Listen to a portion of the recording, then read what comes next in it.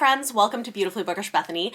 In today's video, I've got my first quarterly update of 2022 talking about my NetGalley books for review. So if you're interested in taking a look at books that I've reviewed so far this year from NetGalley and books I have forthcoming, and of course a few stats to go along with it because I will always take the opportunity to give you stats because it's fun, stay tuned.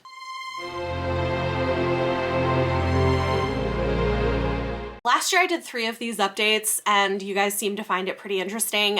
I also find it interesting to track what I'm requesting and how it's going for me on NetGalley, so we're going to talk a little bit about where I'm at beginning the new year. In my 2022 goals video, I did talk about trying to reduce the number of things that I'm requesting on NetGalley because there were so many, like it took up a pretty significant chunk of my reading in 2021. So I've talked about that I want it to be a little bit less. In that video, I also talked about the fact that I'm focusing on requesting books that are either available as audio review copies from NetGalley or are shorter in length. And so we're going to take a look at how I've been doing so far, what I've reviewed, what I have left to review, how is this going? One thing I can tell you is that I consistently will not request a book over 400 pages any longer because I dislike reading long books digitally. So if a book is more than 400 pages long, I won't do the e-arc, and I generally am trying to stick with books that are much shorter. So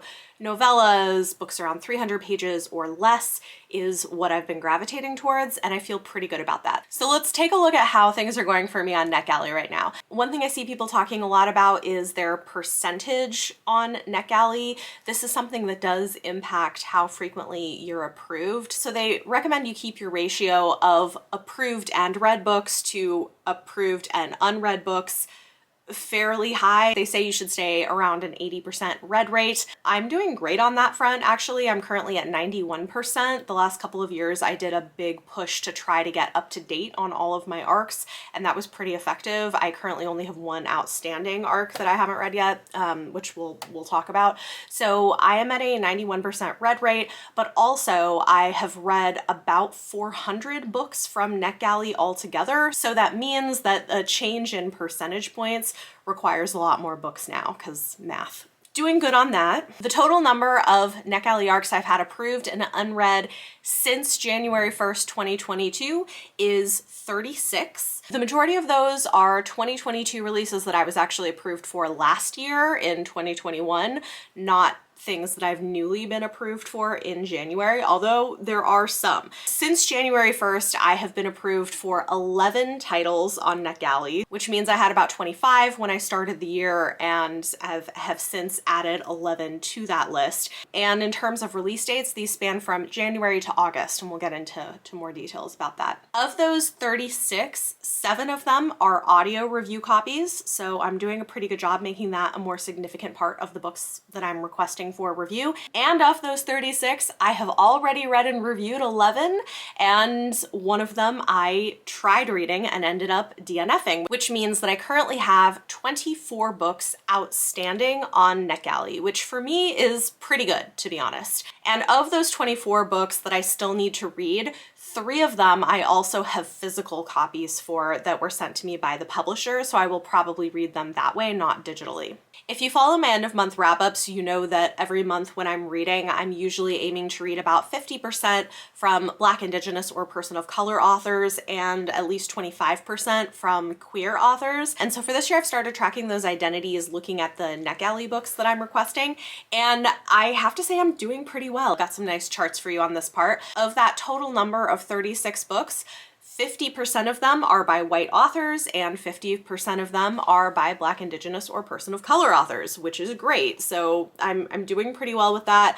I have been trying to make it a priority to request books by the kinds of authors I want to read from and the types of titles that I'm interested in reading. So kind of like balancing those two pieces of it. And 34% of those books are by queer authors where they're openly part of the LGBTQIA+ community, which is actually higher than I was expecting, so that's great. The books that I'm requesting to review on NetGalley are kind of tracking with my overall goals for my reading. In terms of books that I have requested but have not yet heard back from, because sometimes you'll request something and it will just stay pending for a long time, so it hasn't been rejected, hasn't been accepted. I currently have 6 books in that category, which again isn't too bad, especially because they're all spread out one a month: February, April, May, June, July, and August. So I've got a nice spread there. Last thing before we get into the specific titles, I want to take a look at when my approved titles are getting published. I think I mentioned earlier I do still have one outstanding book from 2021. I have purchased a physical copy of it and it is on my TBR. I plan to read it sometime this year and I want to read it, but I didn't realize how long the book was when I requested it. I should have checked and I did not, so that's on me, which is why I ended up buying a physical copy anyway, because I like the series, so I do want to read it. But also, every other book in the series got an audiobook, but unfortunately this book did not, so it has been staring at me and I do need to get to that one, so I will. Aside from that, looking at the publication date breakdown of those 36 books, 9 of them are January releases and I have read all of them, so I am up to date on my 2022 arcs. I do still have that one outstanding from 2021, but I am up to date so far for 2022. 3 of them are being published in February, which is a good number. 9 of them are being published in March. I ended up with a lot more March titles than I had anticipated, and so I'm trying to keep the monthly release number much smaller for future months, as you will see. April, I currently have 4 releases. For May, I have 2. For June, I have 3. For July, I have 3. And for August, I have 2. So far, I feel like I'm in pretty good shape. I've been doing a decent job of following the rules that I set for myself this year for NetGalley, and I, don't foresee having a problem getting to the books that I have outstanding. All right, with that said, let's go ahead and talk about all of the books, and I will be talking about these in publication order. My one outstanding title and the one shameful piece of this video that we're going to talk about is a book that came out in August. This is Requiem of Silence by Elle Penelope. It is the 4th and final book in the Earthsinger Chronicles. I really do want to read this. It's 550 pages and I have not been great at making space for it. Again, I think when I requested it, number one, I didn't realize how long it was going to be. This is the longest book in the series, and I expected there to be an audiobook that I could get from my library, and unfortunately that is not the case, so shameful, I know. I will get to it. I did buy a final copy, so it's gonna happen, but that is my one outstanding book. Moving on to the January releases, and I'm gonna tell you I'm not always gonna be sure which titles go in which month. I just know that I have them in release date order. That said, it is also possible that some of these have gotten pushed back because with COVID, they've changed release dates on us quite a few times. But that said, the first January release I had was The Starless Crown by James Rollins. I have finished reading this and I liked it but didn't love it. It is an epic fantasy story and I was really into the beginning.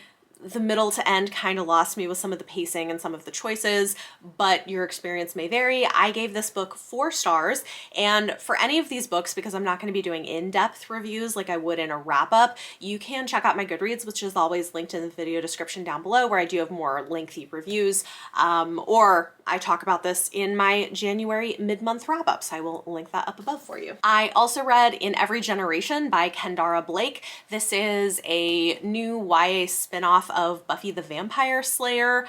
I wanted to like this more than I did. It did some things that I wasn't a huge fan of as a fan of the show, and parts of it were just a little dull, so this didn't work great for me, and unfortunately I ended up giving this one 2 stars. Then I read Echoes and Empires by Morgan Rhodes. This is the first book in a new fantasy series by this best-selling YA author. It's another YA fantasy series, but this one's interesting because it's set in an era with modern technology and culture, but with magic and a monarchy. This was another one that I liked but didn't love. I think I was hoping for a little bit more from it, but I think it does some things well, and it does set us up for potentially an interesting next book in the series, so I'm curious to see what reviews of the next books are.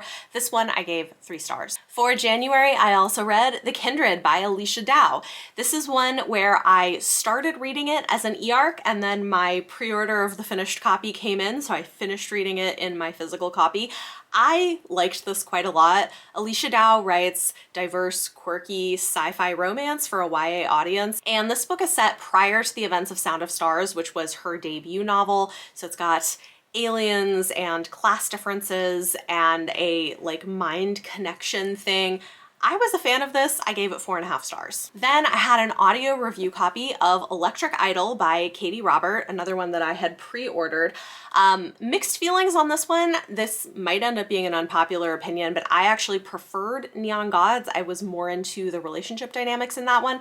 This one does have more plot, so I think for people who felt like there wasn't enough plot for them in Neon Gods, they might like this better. I did really love the fact that we have great fat representation. Our main character is a plus size heroine. I thought that was great. Our hero is bisexual, and you know, Katie Robert always does such a great job with steamy scenes where consent is always very much prioritized.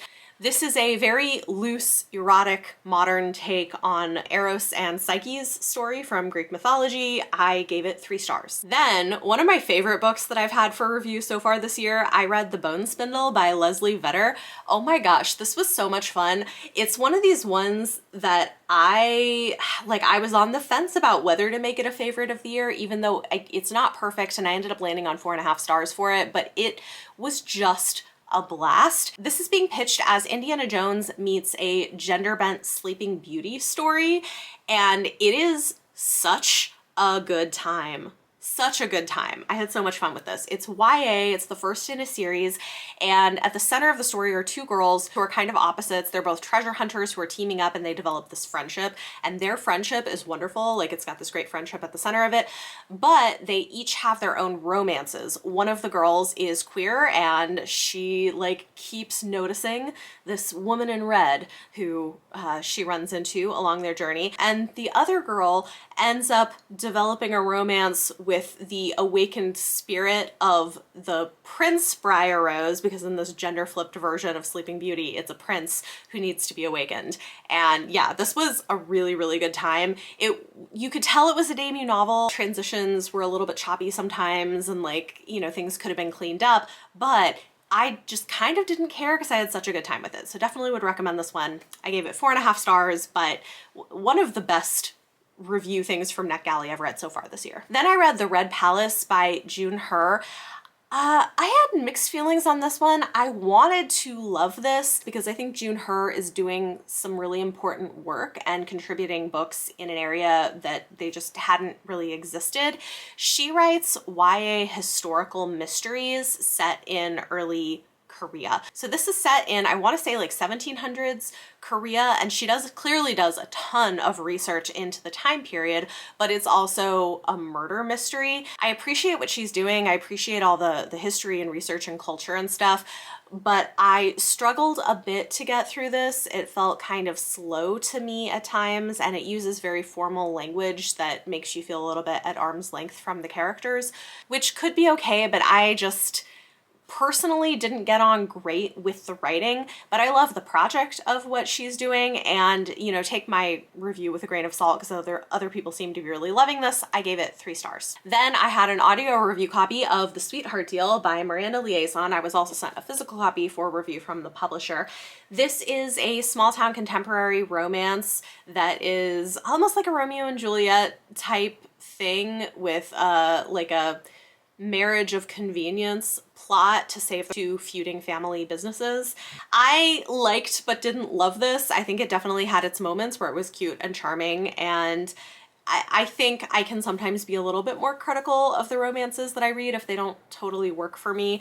And this one, it was cute. Like, I think it was a perfectly good version of what it was, but I didn't love it. It didn't like stand out in a particular way. I also probably feel like the characters went a little bit farther than I prefer leading up to their third act breakup, which you always get in most romances, in just being hurtful to each other. So I don't know. Like, it was fine. Like, it was perfectly fine. If you're looking for a small town romance with those tropes that is not at all steamy, this might be one to check out. I gave it 3 stars. Then I had an audio review copy of Royal Valentine by Jen McKinley.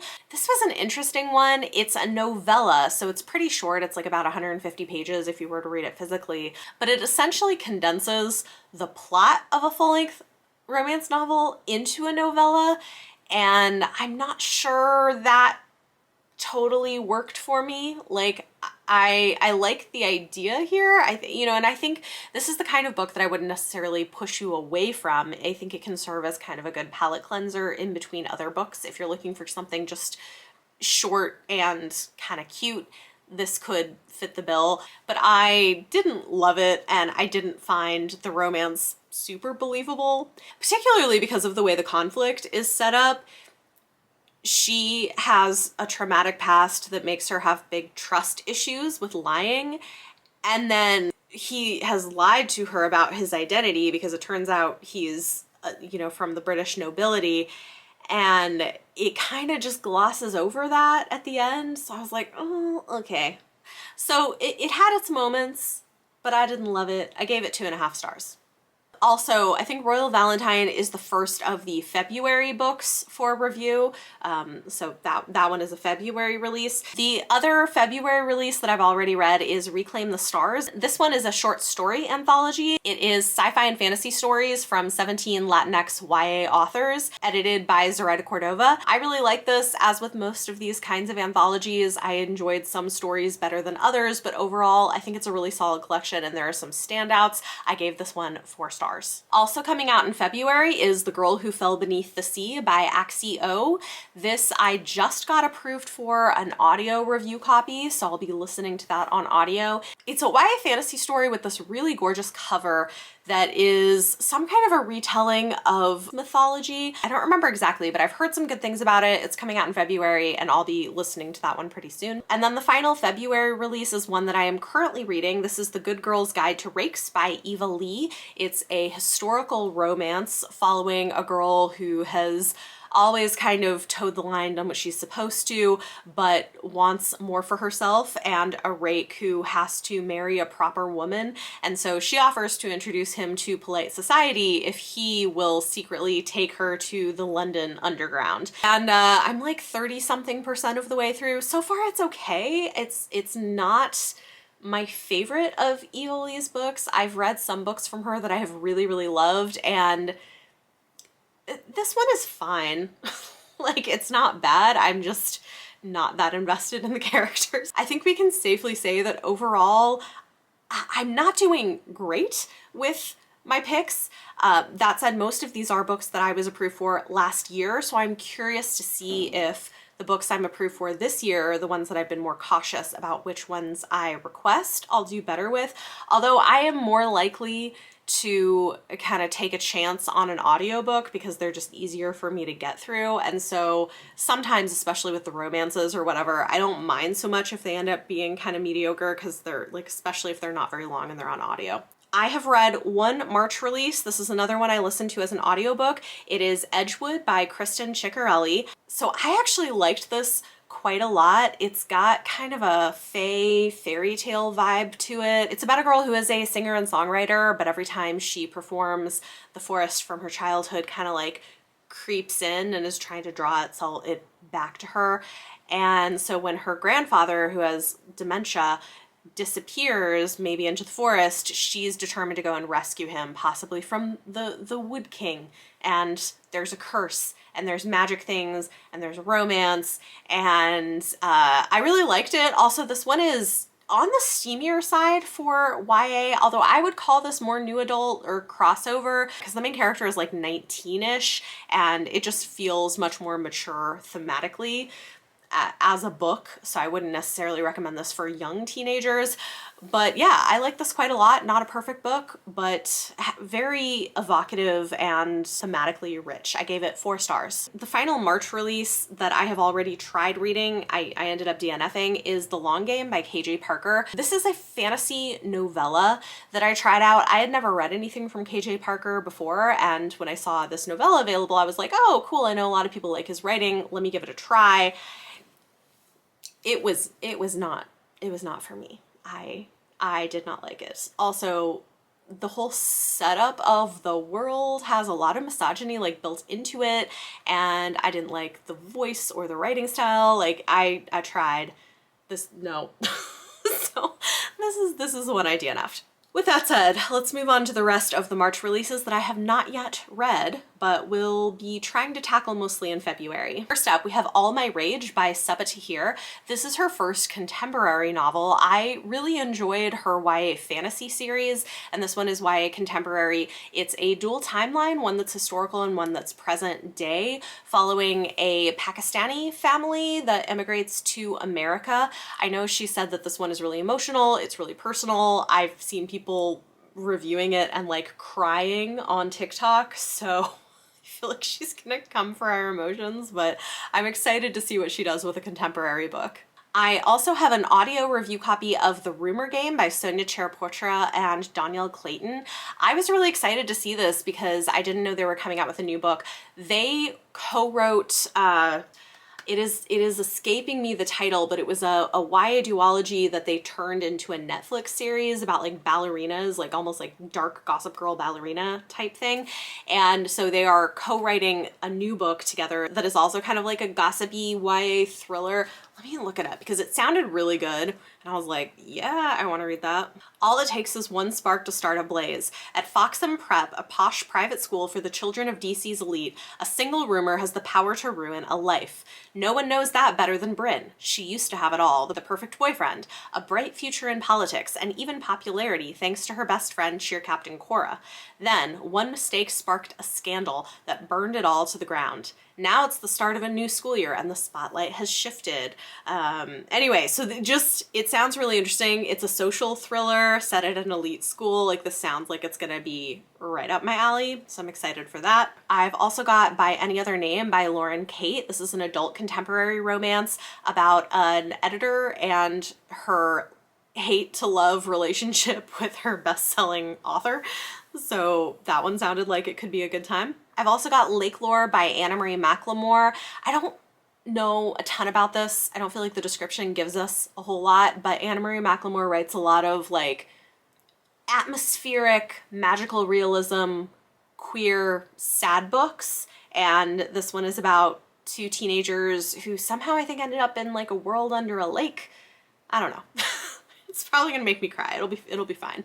Then I've got Travelers Along the Way by Amina May Safi. This is really interesting. It's part of this remixed classic series that Macmillan is doing. This one is a remixed take on Robin Hood, but it's from the perspective of people indigenous to Palestine during the Crusades. So I feel like it's gonna be really interesting. I'm curious to see what she does with it. I've read a contemporary romance from her before and really loved it, like a queer rom-com, so curious to see what she does with this.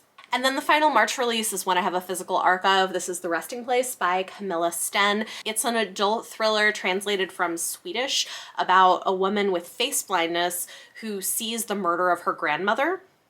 It sounds like it could be great. Then in April, we've got a few books. First up is The Blood Trials by N.E. Davenport. I am excited for this. It is a debut sci-fi novel about like rebellion and politics and loyalty and fighting, and I love the cover, so very, very excited to give that one a try. And then I have a physical copy of Hotel Magnifique by Emily J. Taylor. This one is coming out in April from Penguin Teen and it sounds fun. It says, "Greetings, traveler. Welcome to the legendary Hotel Magnifique. Your trip to elsewhere begins now. Our offerings include an abundance of delightful enchantments and dangerous secrets, a vexingly handsome doorman with a mysterious past, A ruthless maître d'hôtel intent on obtaining power at any cost. A dark conspiracy at the heart of the world's most famous magical hotel, and one girl determined to tear it all down for the sake of saving her sister. Prepare to depart by midnight. So that sounds like it could be really fun. Excited to give it a try. The next April release is a novella from Tor.com. This is called And Then I Woke Up by Malcolm Devlin. This looks really interesting. It's a horror novel that, like, I'm very curious about it. It says, in the tradition of Myra Grant and Stephen Graham Jones, this is a creepy, layered literary story about false narratives and their ability to divide us. It sounds super creepy. I'm generally a fan of literary horror, and it's from Tor.com, who I love, and it's a novella, so it's short and easy to get through. Very excited for this one. Next up is May releases. First up is another novella. This is Rosebud by Paul Cornell. A multi-layered locked room science fiction novella in which 5 digital beings unravel their existences to discover the truth of their humanity. Again, we have like a sci-fi thriller novella that sounds fantastic. I love all the novellas. This should be fun. Then I have my final one where I have a physical copy that was actually very kindly sent to me by the author, which I appreciate because I'd already requested the ebook, but this is A Caribbean Heiress in Paris by Adriana Herrera. It is her first full-length historical romance novel, and I have been so excited for this. I love Adriana Herrera. I love a lot of her books, and I've been really jazzed to see what she's going to do with a full-length historical. She's done a historical novella before in a collection, but never a full-length novel, so I think this is going to be great. Also, the finished copy has the main character on the front, and it's beautiful, so I'm probably going to try to get that. This one is set in Paris, 1889. The Exposition Universelle is underway, drawing merchants from every corner of the globe, including Luz Alana Heath Benzan, heiress to the Caña Brava rum empire, sailing from Santo Domingo. I'm so excited to see more authors of color writing in historical romance because, like, people of color lived during that time in Europe, and we tend to get really whitewashed history, so I'm very excited to read this one. And she writes great steamy romances. Also coming out in May is Nate Plus One by Kevin Van Wy. This is a feel-good YA LGBT romantic comedy. I'm excited about this. I read the debut novel from this author who, like, there was some controversy around it because apparently the plot was something that people had seen in a popular manga. I read it and really enjoyed it, and I enjoyed his writing, so I'm excited to read something else from him. This says, 2 boys, 2 bands, 2 worlds colliding. Nate Hargraves, stage-shy singer-songwriter, is totally stoked for his cousin's wedding in South Africa, an all-expenses-paid trip of a lifetime, until he finds out his sleazeball ex-boyfriend is also on the guest list. Jai Patel, hot as hell high school rock god, has troubles too. His band's lead singer has just quit weeks before the gig that was meant to be their big break. So it's like exes. I don't know. I think this could be really fun, so I'm hopeful. He is a mixed race South African author, and like I said, I did really enjoy his first book, although I know there was some controversy over like potential accusations of plagiarism. I don't know enough to speak to that, but I'm excited for this one. Moving on to June, we've got another contemporary romance. This one is Fake It Till You Bake It by Jamie Wesley. I'm excited for this, and also I've heard really good things from people who were early readers of it, so I'm very, very hyped for this. This is a contemporary romance about a social media influencer who publicly turned down an engagement, I think, and a football player who is one of a few football players who together own a bakery, and they have like a fake relationship. And I think it's gonna be the first of a series where each of these football players gets their own romance. I'm so excited for this. It just sounds adorable. I love a baking romance. It seems like it's going to be great. Also coming out in June is American Royalty by Tracy Livesay. She is another romance author who I've read from before and loved, and I'm very excited about this. This one is loosely inspired by Harry and Meghan, except that in this case, the girl is a female rapper, I think inspired by Megan Thee Stallion. So I'm excited. I feel like this is gonna be really fun. And the fact that the hero is a professor and reclusive royal. And I think when they meet, she doesn't know who he is. It seems like it's gonna be great. The final June release that I have is Our Crooked Hearts by Melissa Albert, author of The Hazelwood. I kind of love this cover, and her writing can really work for me, so I'm hopeful this is going to be good. Secrets, lies, super bad choices, witchcraft. a darkly gripping contemporary fantasy. I'm hoping this is gonna be great. We'll see. In July, we have Accomplished by Amanda Quain. This is a contemporary YA retelling of Pride and Prejudice from the perspective of Georgiana Darcy, which I'm very excited about. So as a Jane Austen fan, I have high hopes. We'll see if it meets my expectations. Also coming out in July is How Maya Got Fierce by Sonia Charapoitra. I don't remember a ton about this, but it sounded good. Let me find it. The bold type meets younger in this YA fish out of water contemporary novel. So it follows a girl who is a farmer's daughter, heiress to a mini garlic empire in California, but meant to be a good Indian girl, spending her 17th summer at cow camp in New Jersey. And of course there's a boy. So it sounds cute. I'm excited to try it out, and I have liked her writing in the past. The final July release I have is What Moves the Dead by T. Kingfisher. This is a horror novella with a pretty creepy cover. And it says it's a gripping and atmospheric retelling of Edgar Allan Poe's classic The Fall of the House of Usher. I've been wanting to try T. Kingfisher for a while, and I'm intrigued. It's a novella, it's not super long, so we're gonna give it a try. And then finally, I've got 2 August releases. The first one is Nothing More to Tell by Karen M. McManus. I feel like Karen McManus is hit and miss for me. She does a lot of YA mysteries, but this one caught my interest, I think because it just has some tropes that I'm a big fan of. It says, be sure to keep your friends close and your secrets closer. 4 years ago, Bryn left St. Ambrose School following the shocking murder of her favorite teacher, a story that made headlines after the teacher's body was found by 3 St. Ambrose students in the woods behind their school. The case was never solved. Now that Bryn is moving home and starting her dream internship at a true crime show, she's determined to find out what really happened. I mean, it sounds great. I am hopeful that it will be as fun as I'm expecting. And then the final book that I currently have is Ben and Beatrice by Catalina Gamarra. I really love this cover, and I am a big fan of Much Ado About Nothing, so this is a modern romantic take on Much Ado About Nothing with another version of Ben and Beatrice, but it also is dealing with racial differences. I feel like it's gonna be good. So yeah, those are all of the books that I currently have either reviewed this year from NetGalley or have to review. I will check back in with you guys in a few months and give you an update on how I'm doing. How many of them have I read? How many more might I request between now and then? Talk to me in the comments down below. Let me know your thoughts or feelings on anything I talked about in this video. And for question of the day, tell me which of these books you are excited to either read or hear my thoughts on. Did anything catch your interest? Or if you're a reviewer, how do you make choices about what things to request and what not? I would love to hear from you in the comments down below. If you guys like this video, it helps if you give it a thumbs up, subscribe if you want to see more. Thank you all so much for watching, and I will see you next time.